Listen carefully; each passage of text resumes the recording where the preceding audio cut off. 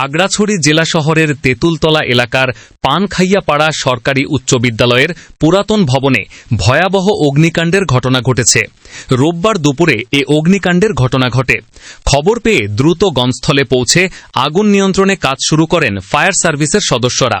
তাদের তাৎক্ষণিক প্রচেষ্টায় আগুনের বিস্তার রোধে কার্যক্রম অব্যাহত রয়েছে।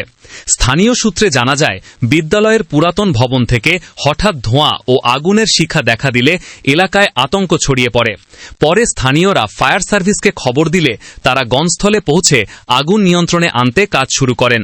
প্রাথমিকভাবে ধারণা করা হচ্ছে বৈদ্যুতিক শর্ট সার্কিট থেকে আগুনের সূত্রপাত হতে পারে।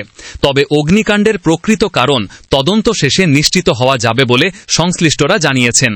এ রিপোর্ট লেখা পর্যন্ত আগুনে ক্ষয়ক্ষতির পরিমাণ এবং হতাহতের কোনো তথ্য জানা যায়নি। ফায়ার সার্ভিস ও প্রশাসনের পক্ষ থেকে বিষয়টি তদন্ত করে দেখা হচ্ছে।